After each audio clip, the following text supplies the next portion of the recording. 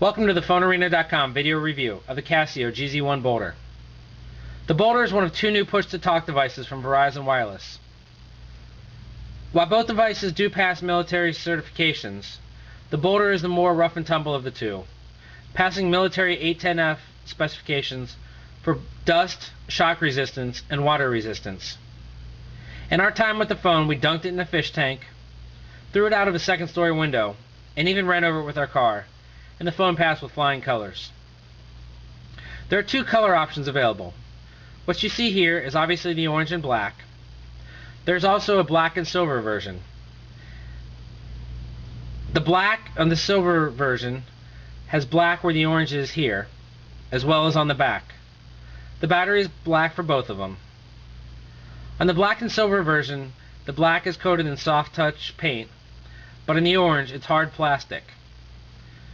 The phone is extremely well put together. However, to hold it in your hand, you never know, it's so tough. The front of the phone contains a white on black circular LCD display. It also has a 1.3 megapixel camera with flash. The flash can actually be used as a fat flashlight, and on that front screen a digital compass can be brought up. The Adventure is definitely geared more towards outdoorsy people. On the left side of the phone, you can see the small push-to-talk button up at the top. We're not crazy about this button. First off, it's not really easy to find with your hand. And second of all, even when you do find it, it's small. We much prefer the placement of traditional push-to-talk buttons, which would be in the middle of the phone and much larger. Instead, we find a volume rocker there, and below that, a multifunction button. On the right side of the phone is the microSD port. The microSD card is extremely recessed, which is necessary because this port needs to be waterproof. The same thing can be said for the charging port on the bottom, which also doubles as the headset port. The back of the phone, the battery actually has a sliding lock. The battery comes off simply. It's a full piece, not a battery door with a battery. Though it looks like there are stereo speakers here, if you can see the right side, the only has the real perforated holes. You probably can't read this label here, but it warns us that the ports on the phone, the microSD and the charging, both must be completely closed for the phone to maintain any water resistance. You'll also notice the two charging ports on the back. In a nice touch, the Boulder comes with a desktop charging cradle, an accessory we're not used to seeing with Verizon phones these days. Opening the phone up reveals a small 2-inch QVGA display. At the bottom is a pretty traditional keypad.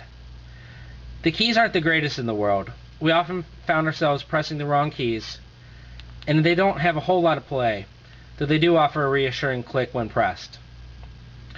The screen's crisp, but we would have liked to see it a little bigger. However, the GzOne does have multimedia functions, but it's definitely not a fashion phone.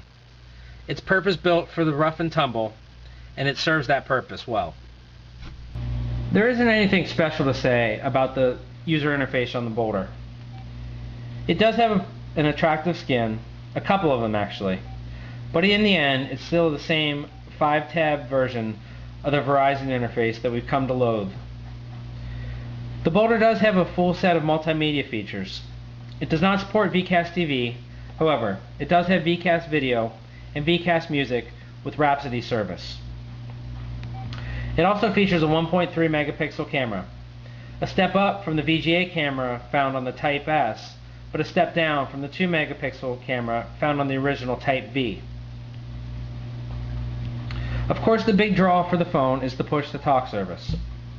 We'll go ahead and contact it now here with one of our other demo units. In general, we found the push-to-talk service was okay. As you can see right now, we are in EVDO coverage.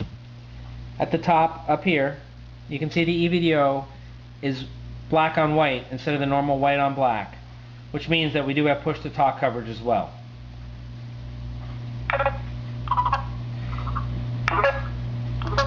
You can see there's a slight delay between the two phones that we're talking with, but not much.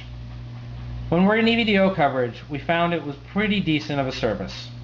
We really disliked the sound, and there's no way to disable that.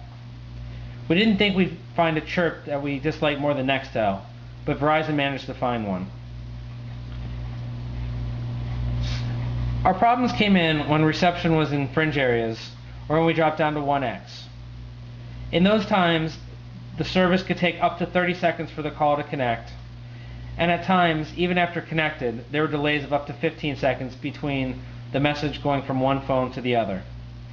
It doesn't sound like a big deal, but when you're used to the instant connection that Nextel always offers, it's a huge difference.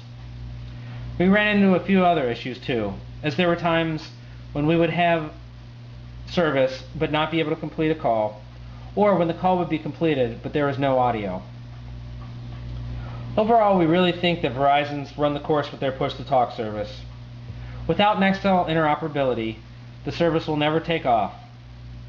It's time for them to scrap it and go to something new.